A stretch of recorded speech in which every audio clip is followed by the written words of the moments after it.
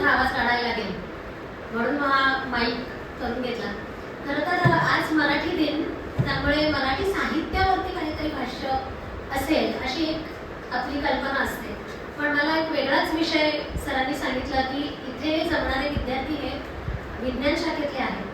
तर मराठी साहित्य आणि विज्ञान या विषयावरती जर तुम्हाला काही बोलता आलं तर, आणि मला आश्चर्य वाटलं, तर आजपर्यंत मी अनेक भाषणं केली, अनेक व्याख्याने दिली, पण मराठी विश्वातील, मराठी साहित्य विश्वातील विज्ञान असा विषय फारसा कधी आलेला नव्हता. आणि त्यामुळे हा विषय आल्यावर मला फार बरं वाटलं.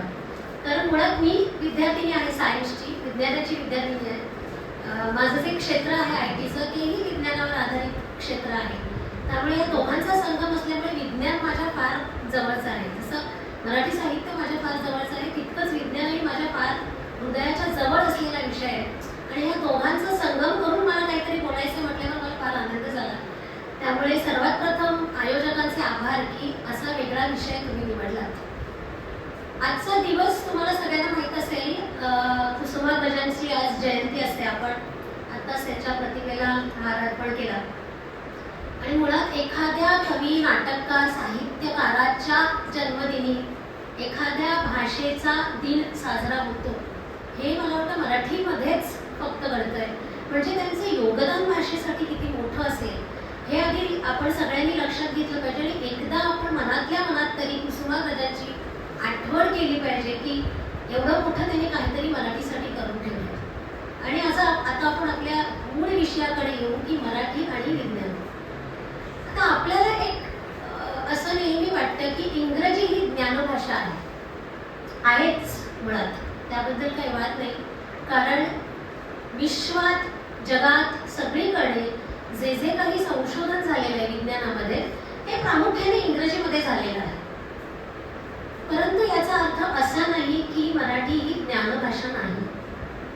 जरी मराठी ही वीररसयुक्त भाषा असली, म्हणजे आपण आता जय जय महाराष्ट्र माझं ऐकलं, ते गाणं ऐकताना सुद्धा आपल्या अंगावरती रोमांच उभे राहतात ना. म्हणजे संयुक्त महाराष्ट्र चळवळीमध्ये ज्यांनी भाग घेतला असेल आणि ज्यांनी खरोखरच हे गाणं गायलं असेल, त्यांना तर त्यावेळेला कसं वाटलं असेल मराठीतनं हे गाणं म्हणताना.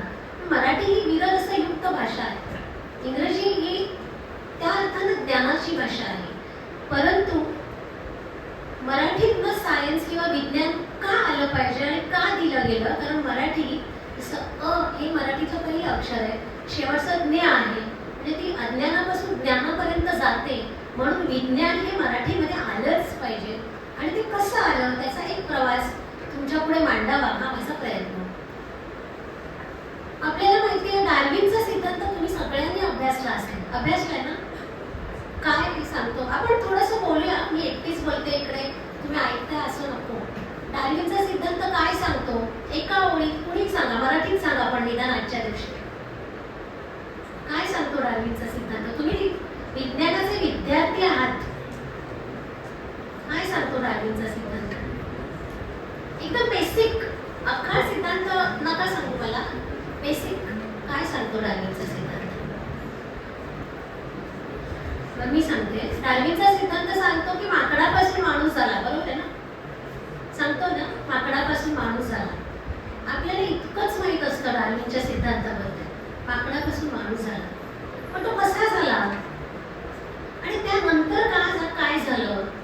मुळात माकडापासून माणूस बनला तेव्हा भौगोलिक, नैसर्गिक काय बदल झाले हे आपल्याकडे 1960 साली एका पुस्तकात लिहिलं आहे.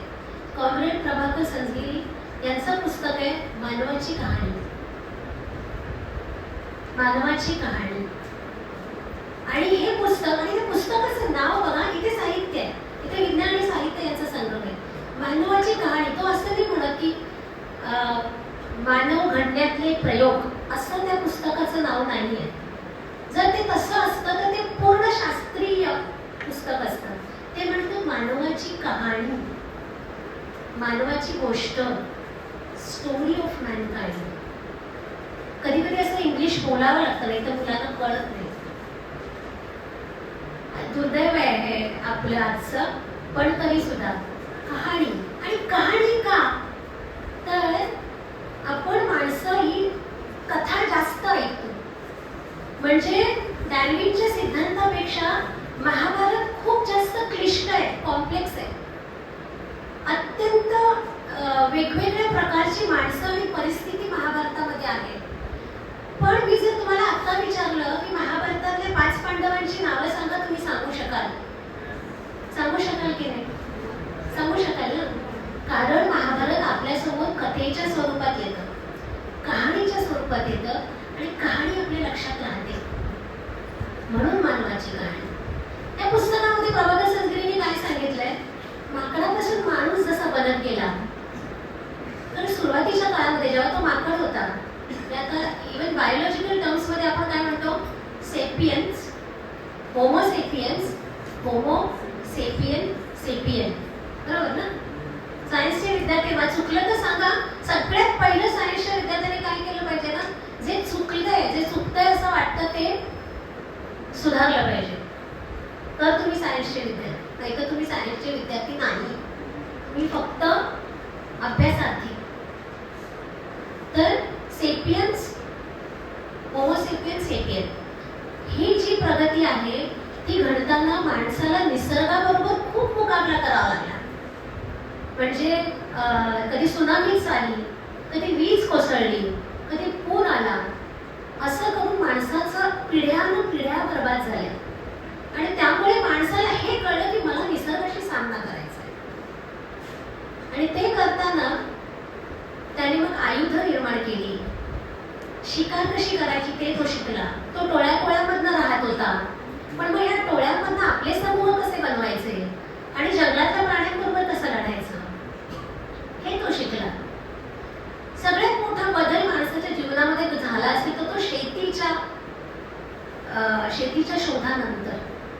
आणि इथे जितक्या मुली आहेत, स्त्रिया आहेत, त्यांनी स्वतःची पाठ थोपटून घ्यायची की शेतीचा शोध हा स्त्रियांनी लावलेला आहे. पण शेतीच्या शोधानंतर माणसाचं आयुष्य स्थिर झालं, कारण एका विशिष्ट प्रदेशामध्ये तुम्ही शेती करत होतात. पण इथे एक बदल काय घडला की माणसाने निसर्गावर अतिक्रमण करायला सुरुवात केली. आता मी हा पूर्ण इतिहास तुम्हाला सांगणार नाही, कारण हे मला वाटतं तुम्ही ते पुस्तक जाऊन वाचावं, मानवाची कहाणी. आणि हे कधी लिहिलंय? 1960 साली. आता तुम्ही एका लेखकाचं नाव सध्या जे खूप चर्चेत आहे, इस्रायली लेखक आहे, युव्हाल नोआ हरारी. ऐकलंय? सेपियन्स पुस्तक ऐकलंय किंवा नेक्सस ऐकलंय, होमो डायस ऐकलंय? बेस्ट सेलर्स आहेत, वर्ल्ड बेस्ट सेलर्स. नेक्सस तर नक्कीच ऐकलं असेल. ऐकलंय? काही लोकांनी तरी ऐकलंय. तर युव्हाल नोआ हरारीचं पहिलं पुस्तक सेपियन्स हे अगदी हीच गोष्ट सांगतं. आपण ते पुस्तक डोक्यावर घेतो, पण आपण मानवाची कहाणी वाचत नाही. पण मानवाची कहाणी वाचलं पाहिजे, कारण मानवाची कहाणी फक्त मानवाची कहाणी मानव सेपियन होण्यापर्यंतची सांगत नाही, तर त्यानंतर काय घडलं, समाजामध्ये वर्गसंघर्ष कसे उभे राहतात आणि हे वर्गसंघर्ष पुढे जाऊन माणूस जातीला कसे हानिकारक ठरतात, हे मानवाची कहाणी सांगतात. त्यानंतर दुसरं पुस्तक आलं कॉम्रेड प्रभाकर सदगिरींचं, अणूच्या अंतरंगात. अणू म्हणजे काय बरं? इंग्लिश मधला शब्द सांगा. अणू म्हणजे काय? आता अणू हा एवढा पुन्हा क्लिष्ट विषय, कॉम्प्लेक्स टॉपिक. त्याच्यामध्ये मॉलिक्युल्स आहेत, ॲटम्स मधले सुद्धा इलेक्ट्रॉन्स, प्रोटॉन्स हे सूक्ष्म कण आहेत. ते एकमेकांभोवती कसे फिरतात, एकमेकांशी कसे वागतात आणि त्यातनं काय निर्माण होतं, हे मूलभूत विज्ञान आहे. म्हणजे विज्ञानाचे सुद्धा 2 प्रकार होतात, मूलभूत विज्ञान आणि उपयोजित विज्ञान. म्हणजे बेसिक सायन्स, अप्लाइड सायन्स. आता पहिलं जे पुस्तक होतं मानवाची कहाणी, हे साधारणतः तुम्ही अप्लाइड सायन्स म्हणू शकता. दुसरं अणूच्या अंतराळात एक मूलभूत सायन्स, मूलभूत विज्ञान आहे, बेसिक सायन्स आहे. आणि इतका मोठा टॉपिक, इतका मोठा विषय हा मराठीत आहे याची जाणीव आपल्याला नसते. तर ही 2 पुस्तकं जरी तुम्ही वाचलीत या निमित्तानं, निदान ती आहेत का, त्यांच्या आवृत्त्या निघाल्यात का, हे जरी जाऊन आजच्या दिवशी पाहिलं तरी मराठी दिनाच्या दिवशी तुम्ही विज्ञानाशी संबंधित काहीतरी केलं असं मी म्हणेन. यानंतर जे पुढचे लेखक आहेत ज्यांनी मराठी विश्वामध्ये विज्ञान कथा खऱ्या अर्थाने आणल्या, ज्यांचा उल्लेख 1974 साली दुर्गाबाई भागवतांनी मराठी साहित्य संमेलनामध्ये खास करून केला, ते म्हणजे डॉक्टर जयंत नारळीकर. हे का आपल्याला सगळ्यांना माहिती असतं. जयंत नारळीकर सगळ्यांना माहिती आहेत ना, खगोलशास्त्रज्ञ आहेत. इथे आहे कोणी ज्यांना जयंत नारळीकर नाही माहिती? माहिती आहेत ना, मेजॉरिटी लोकांना माहित असतं. नाही माहित? नाही माहित? मग मला जाऊन वाचायचं, आज जयंत नारळीकरांबद्दल वाचायचं. Not just because you are Marathi, but also you are Indian, so you should know about it. खूप मोठं योगदान या माणसाने, म्हणजे खरं तर ते जर इंग्लंडमध्ये राहिले असते तर इंग्लंडमधले सुद्धा एक नंबरचे शास्त्रज्ञ होऊ शकले असते.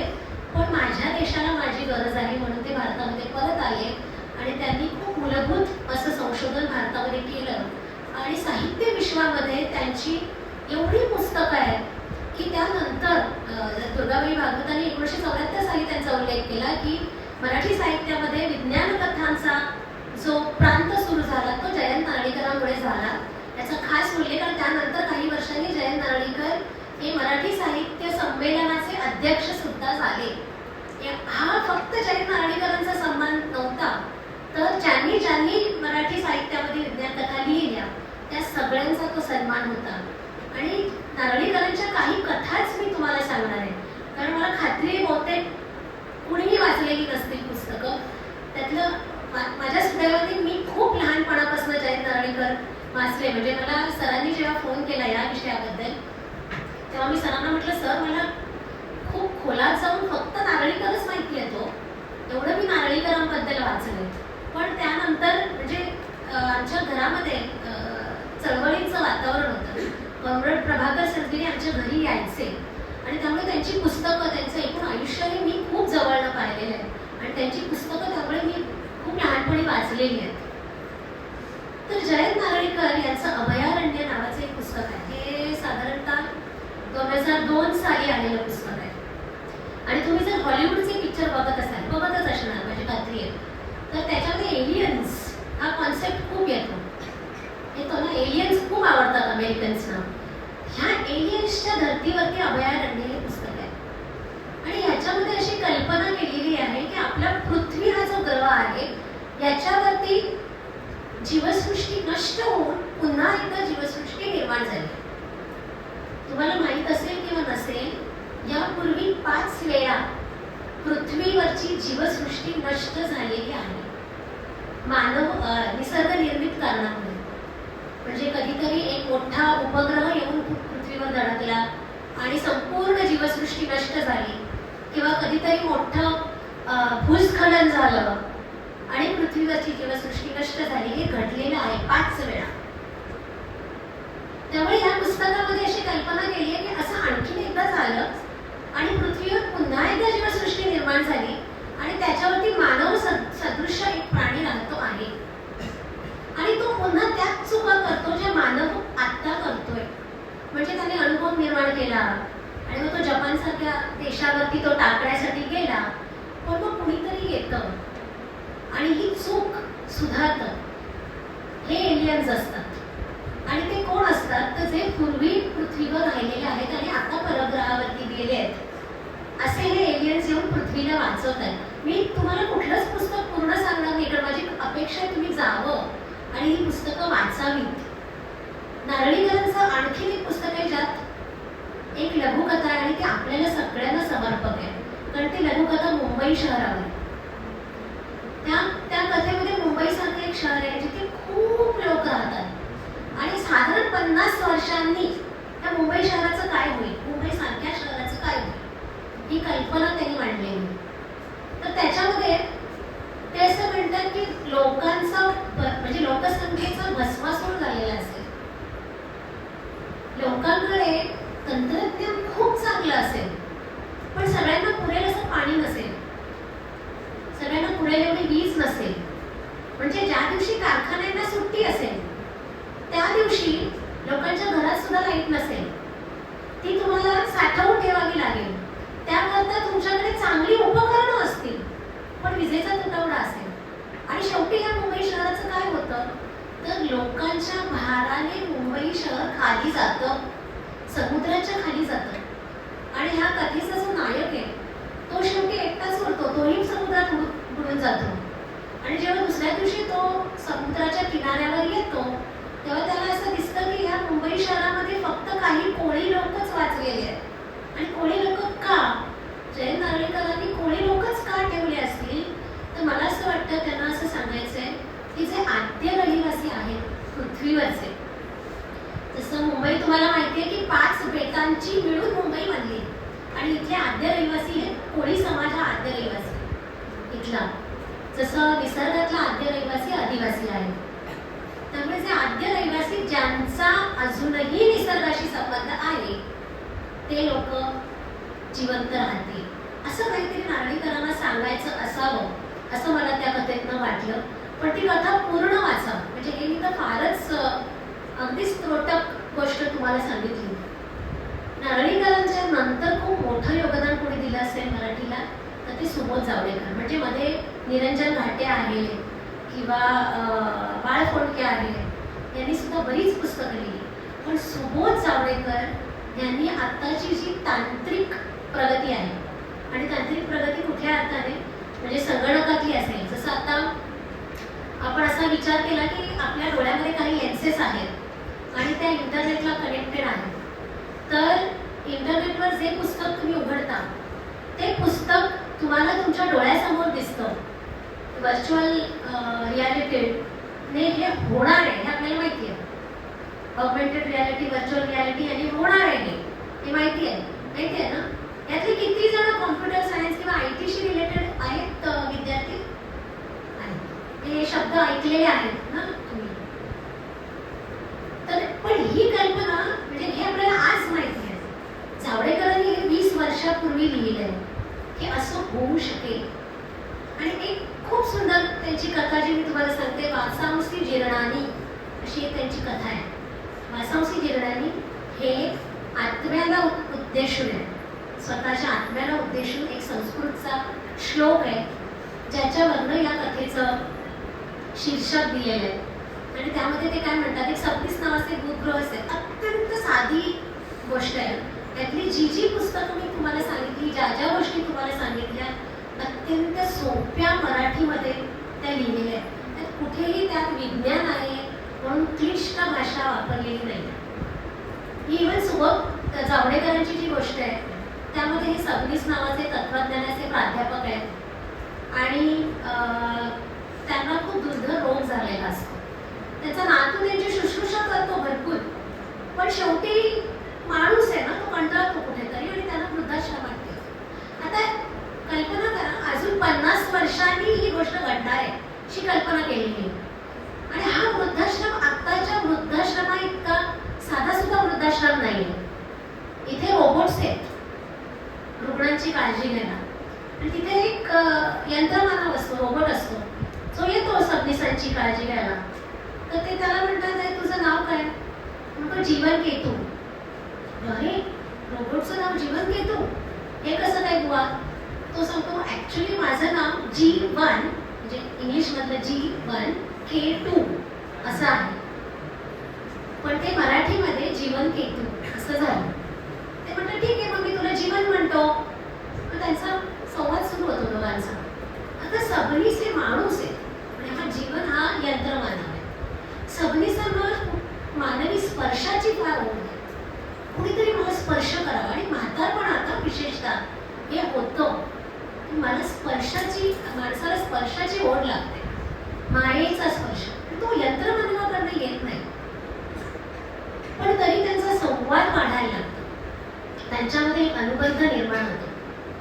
आणि जसा जसा तो अनुबंध निर्माण व्हायला लागतो तसं सबनीसांना शेवटी कळतं की अरे, जीवनाचं जे माझ्या तारतम्य आहे, सार्थक आहे, ते कशात आहे तर या जीवनाच्या संध्याकाळी मी शांतपणे माझ्या आयुष्याचा विचार करण्यात आहे. हे त्यांना जीवन जो रोबोट आहे तो पटवून देतो.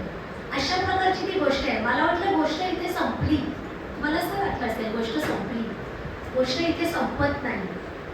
सबनीसांचा मृत्यू होतो आणि मग डॉक्टर येतात आणि म्हणतात अरे सबनिसांच्या खोलीमध्ये आता कोण येणार आहे जीवनचा पुढचा पेशंट. पुढचा पेशंट खेळाडू आहे. ठीक आहे, मग जीवनचा जो तत्वज्ञानाचा प्रोग्राम होता तो काढून टाकूया आणि खेळाचा प्रोग्राम टाकूया. इथे गोष्ट संपते.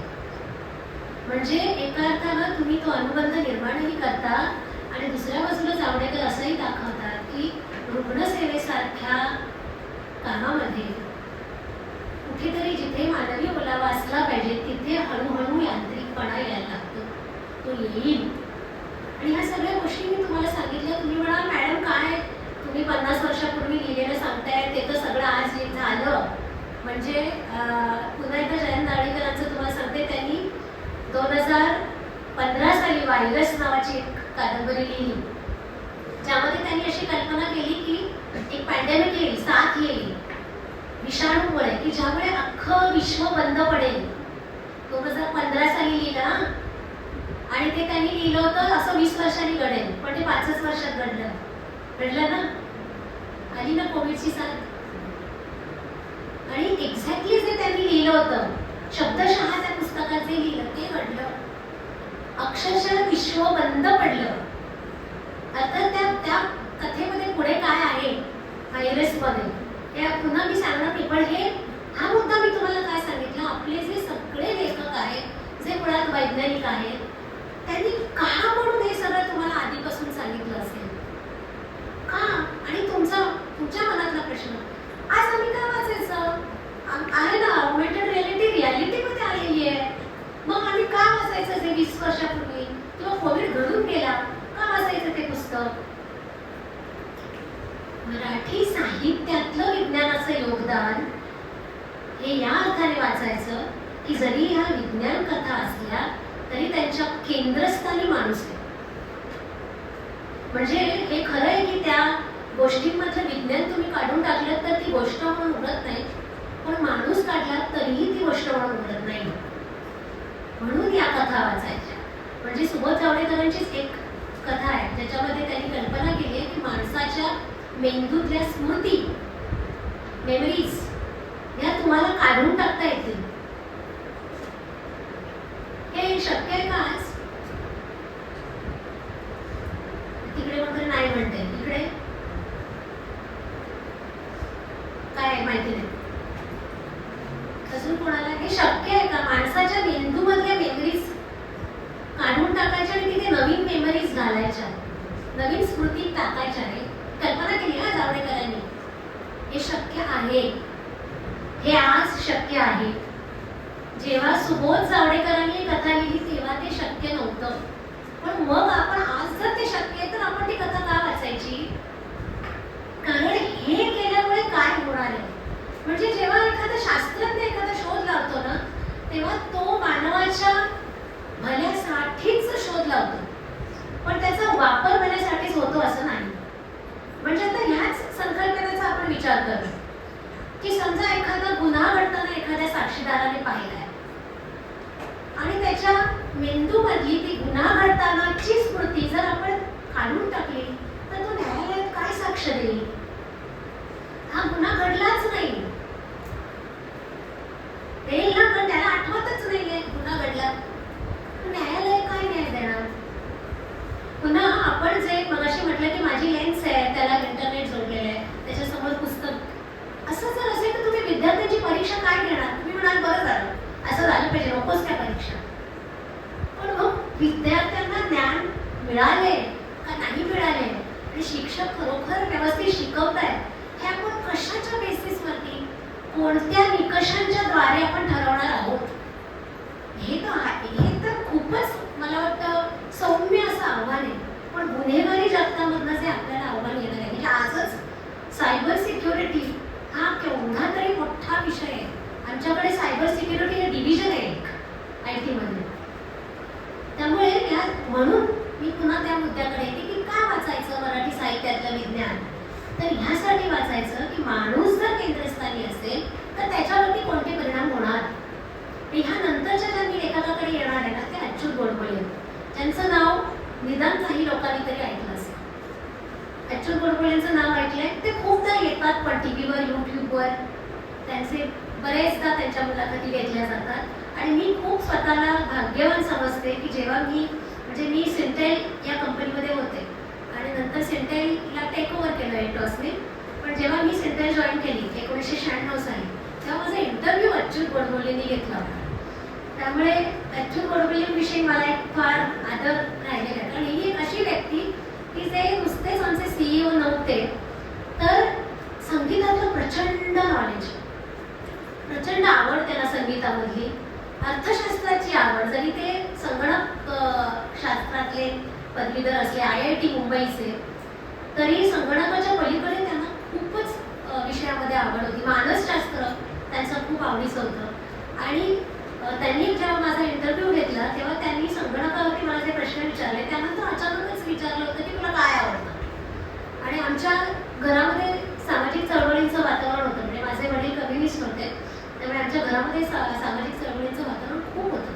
त्यामुळे मग मी त्याला सांगितलं की मला समाजामध्ये वावरायला आवडतं. आणि नंतर अर्धा तास माझा इंटरव्ह्यू हा नुसताच सामाजिक चळवळींविषयी चालला होता. आणि माझं सिलेक्शन त्या रोलसाठी की संगणकाच्या पलीकडे मला काहीतरी आवडतं, या गोष्टीमुळे माझं सिलेक्शन त्यावेळेला झालं होतं. म्हणजे ऑफकोर्स नुसतं याच्यावरती सिलेक्शन कधीच IT मध्ये होत नाही की तुम्हाला काय आवडतं. तुमच्या ॲप्टिट्यूड होतात, तुमच्या रिटर्न टेस्ट होतात, त्या तुम्हाला पास कराव्या लागतात. नाहीतर तुम्ही माझ्याकडे याल आणि म्हणाल की आम्हाला पण सामाजिक आवडतं, तर असं होत नाही. पण अच्युत गोडबोलेंविषयी त्यांनी मला वाटतं आतापर्यंत 54 पुस्तकं लिहिली आहेत, सगळी मराठीमध्ये. त्यांची पुस्तकं मराठीतून इंग्रजीत भाषांतरित झाली आणि या 54 पैकी किमान 40 पुस्तकं ही विज्ञानावर आधारित आहेत. तुम्ही बाकी कुणीही नाही वाचले तरी निदान अच्युत गोडबोले तुम्ही वाचले पाहिजेत. कशासाठी? त्यांची काही पुस्तकं मी तुम्हाला खास सांगणार आहे. त्यातलं एक किमयागार. किमयागारमध्ये फिजिक्स, केमिस्ट्री, बायोलॉजी तीनही विषयातल्या शास्त्रज्ञांनी जे शोध लावले त्यांच्याविषयीच्या कहाण्या आहेत, कथा. शोध आपल्याला माहीत असतात. न्यूटनचा रूल आपल्याला माहीत असतो, लॉ ऑफ मोशन आपल्याला माहीत असतात, बरोबर आहे ना? माहीत असतात. त्या पलीकडे न्यूटन आपल्याला माहीत नसतं. त्या पलीकडे न्यूटन आपल्याला एवढंच माहीत असतं, झाडावरनं सफरचंद पडलं आणि त्याने ते पडताना बघितलं आणि त्याला वाटलं हे गुरुत्वाकर्षणाचा शोध आहे, बरोबर आहे ना? अजून काही कोणाला न्यूटनविषयी माहिती आहे? याच्या पलीकडे न्यूटन बद्दल काय माहिती आहे? काय नाही माहिती. एक गोष्ट सांगते तुम्हाला. मी केमिस्ट्रीची विद्यार्थिनी आहे आणि आम्हाला भट सर नावाचे एक सर होते. ते आम्हाला ऑर्गॅनिक केमिस्ट्री शिकवायचे.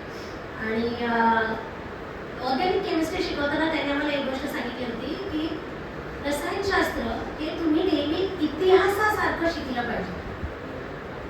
जेव्हा तुम्ही विज्ञानाकडे इतिहासासारखं बघता तेव्हा तुम्हाला त्याच्यात रस निर्माण होतो, आवड निर्माण होते. म्हणजे रसायनशास्त्र हे किचनपासून सुरुवात होते. अंड तुम्ही उकडता ते रसायनशास्त्र आहे, पण त्याच्याकडे तसं बघण्याची दृष्टी तुमच्याकडे असली पाहिजे. अच्युत गोडबोले नेमकं तुम्हाला ती दृष्टी देतात. ते तुम्हाला शोध नाही सांगत तो शोध काय आहे, पण तो शोध का लागला, त्या शोधाची गरज काय होती, त्या शास्त्रज्ञाला का वाटलं की मी हा शोध लावायचा. म्हणजे न्यूटन हा अत्यंत वाईट शिक्षक होता. 17 वर्ष तो रिकाम्या क्लासला शिकवत होता, कोणी यायचं नाही त्याच्या क्लासमध्ये, इतका तो वाईट शिक्षक होता. अशा प्रकारच्या गमती जमती सुद्धा तुम्हाला किमयागारमध्ये वाचायला मिळतात. आणि आता जे ITचे विद्यार्थी आहेत त्यांच्यासाठी खास आर्टिफिशियल इंटेलिजन्स हे अच्युत गोडबोलेंचं पुस्तक आहे. दुसरं इंडस्ट्री 4.0 टू इंडस्ट्री 5.0. आता मला ITचे विद्यार्थी आहेत त्यांनी सांगा बरं, इंडस्ट्री 4.0 काय आहे, ही टर्म काय आहे, काय येतं त्याच्यामध्ये. किंवा मुळात इंडस्ट्री 4.0च्या आधी इंडस्ट्री 1.0, इंडस्ट्री 2.0, 3.0 हे काय होतं का? पण आपलं असं अचानकच कोणाच्या मनात आलं चला आता इंडस्ट्री 4.0 बनवूया आणि नाव दिलं इंडस्ट्री 4.0. असं झालं का? त्याच्या आधी काहीतरी झालं असेल ना, झालं असेल ना. इंडस्ट्री 1.0 तेव्हा जेव्हा रेल्वेचं इंजिन निर्माण झालं ती इंडस्ट्री 1.0. इंडस्ट्री 2.0 ही नंतर जेव्हा औद्योगिक क्रांत्या जगभर झाल्या, विशेषतः युरोपमध्ये. इंडस्ट्री 3.0 ही मेनफ्रेम्स. माझं स्वतःचं करिअर हे मेनफ्रेम्समध्ये सुरू झालं आहे. 1996ला मी मेनफ्रेमचे डेव्हलपर होते. That was industry 3.0 majorly. Industry 4.0 हे इंटरनेट ऑफ थिंग्स, IoT किंवा बिग डेटा याच्याबद्दल, बिटकॉइन्स, क्रिप्टो करन्सी या सगळ्यांबद्दल आहे. इंडस्ट्री 5.0 हे आर्टिफिशियल इंटेलिजन्स, ChatGPT यांच्याशी संबंधित आहे. त्यामुळे कुठलीही संज्ञा विज्ञानातली अशीच उगाचच कोणाला तरी वाटलं अशी येत नाही. त्याच्यामध्ये खूप मोठा इतिहास असतो आणि जेव्हा तुम्हाला इतिहास समजतो तेव्हा तुम्ही त्याचं उपयोजन काय आहे याकडे बघता. आता अच्युत गोडबोलेंच्या या पुस्तकाविषयी म्हणजे आर्टिफिशियल इंटेलिजन्स काय काय करू शकतं. आता आपण आर्टिफिशियल इंटेलिजन्सचा उपयोग कशासाठी करतो? ChatGPTचा मला माहिती आहे, पण तुम्ही उत्तर द्या. ChatGPTचा उपयोग कशासाठी करतो? प्रश्नाची उत्तर शोधायला, क्विक आन्सर्स, नोट्स घेण्यापेक्षा पटकन तिकडे केलेलं बरं होतं. पण तो ना खूपच छोटा उपयोग आहे ChatGPTचा. ह्या पलीकडे जाऊन तुम्ही काय करता? म्हणजे मी खरं तर ChatGPTवरती 1 तास बोलू शकते, पण मला ते आजच्या विषयात नाही करायचंय. कारण आपला विषय आहे मराठी साहित्यातलं विज्ञान. म्हणून तुम्ही ते पुस्तक वाचा, आर्टिफिशियल इंटेलिजन्स. आणि नुसतं तुम्हीच नाही, तुमच्या आई वडिलांना वाचायला द्या.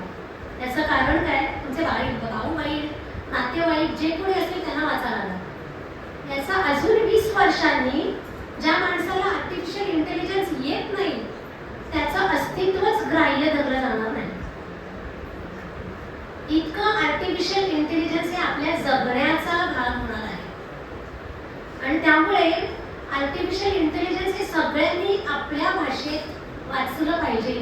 आणि ही सगळी पुस्तकं ही त्यांनी इतक्या सोप्या भाषेत लिहिली आहे की तुम्हाला कॉम्प्युटर इंजिनिअरिंग, सायन्स नाही आलं तरी चालेल, बिट्स आणि बाईट्स नाही कळल्या तरी चालतील, पण तरीही तुम्हाला आर्टिफिशियल इंटेलिजन्स कळेल.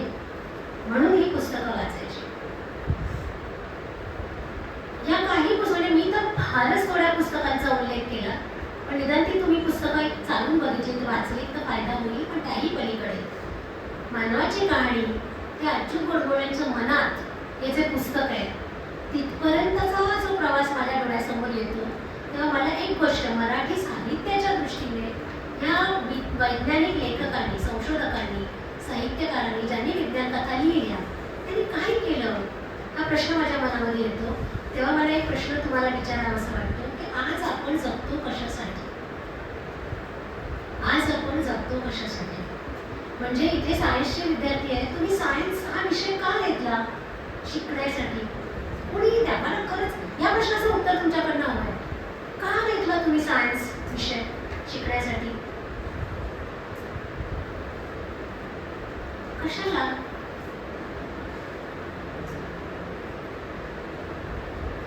जरी मे बी मॅडम आहेत म्हणून सांगायला घाबरत असल्या तरी एक उत्तर जे मला कोणीतरी काही विद्यार्थ्यांनी दिलं ते हे की सायन्सच्या नंतर ना चांगली नोकरी मिळते.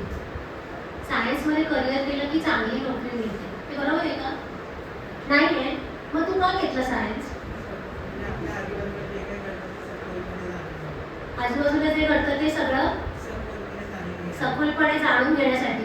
मग तुला जाणवलं का रे बाळा आतापर्यंत?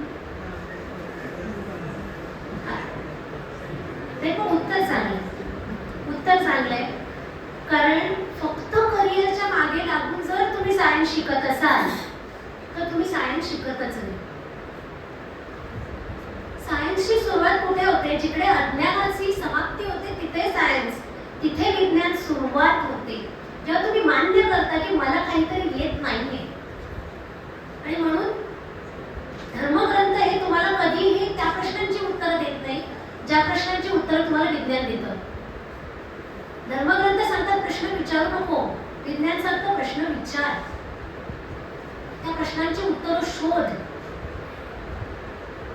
नेमकं हेच आपल्या संशोधकांनी, वैज्ञानिकांनी, लेखकांनी मराठी साहित्यामध्ये हे शोध तुम्ही घ्यावे म्हणून ते लेखन केलं, ही त्यांची भर आहे.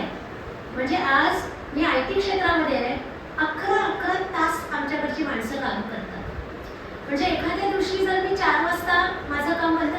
बहीण आहे सखी इथे बसलेली आणि तिला माहिती आहे की 4 वाजता बंद केलं काम आम्हाला अपराधी वाटतं. काय करते मी 4 वाजता? बापरे, आज प्रकाश पडलेला दिसतोय मला, भयंकर चुकीचं काहीतरी मी केलंय. हे आहे आमच्यामध्ये अजूनही. 11 तास काम करणे, मान खाली घालून आयुष्याची मजा घेणे हे विसरत चाललोय आपण. कामाच्या पलीकडे म्हणजे इव्हन तुम्ही चालत गेलात रस्त्यावर जिथे पुस्तकं विकली जातात, सगळ्यात जास्त पुस्तकं कुठली दिसतात? झटपट श्रीमंत कसे बनाल, हो की नाही? सीईओ कसे व्हाल, एखाद्या कंपनीचा सीईओ कसं व्हायचं. म्हणजे यापैकी तुमच्यापैकी मी किती जणांना विचारलं, कोणाला इलॉन मस्क किती जणांना बनायचंय, बिल गेट्स किती जणांना बनायचंय? हात वरती येतील, मी प्रश्न विचारत नाहीये, घाबरू नका. मला खात्री आहे बऱ्याच जणांना मनातल्या मनात वाटेल हो मला इलॉन मस्क बनायचंय. पण जे इलॉन मस्कने शोधून काढलं ते मला माझ्या भारतातल्या गरीब जनतेसाठी वापरण्यासारखं काहीतरी बनायचंय, हे उत्तर कोणी देत नाही. हे उत्तर देत नाही कारण आपण आपल्यासाठी जगत नाही. मला काय करायचंय, मला कसं जगायचंय, हे उत्तर आपण देत नाही. आणि ते उत्तर जर तुम्हाला हवं असेल तर सगळ्यात पहिलं आपण आपल्याला जे आवडतं ते करायला शिकलं पाहिजे. आणि हे मराठी विश्वातले वैज्ञानिक विज्ञान कथा लेखक सांगतात. आजच्या दिवशी जर एवढं सार तुम्ही त्यांच्याकडून घेऊन गेलात आणि जर त्या दृष्टीने पावलं उचलण्याचा प्रयत्न केला तर मला असं वाटतं मराठी विश्वातील जे विज्ञान आहे.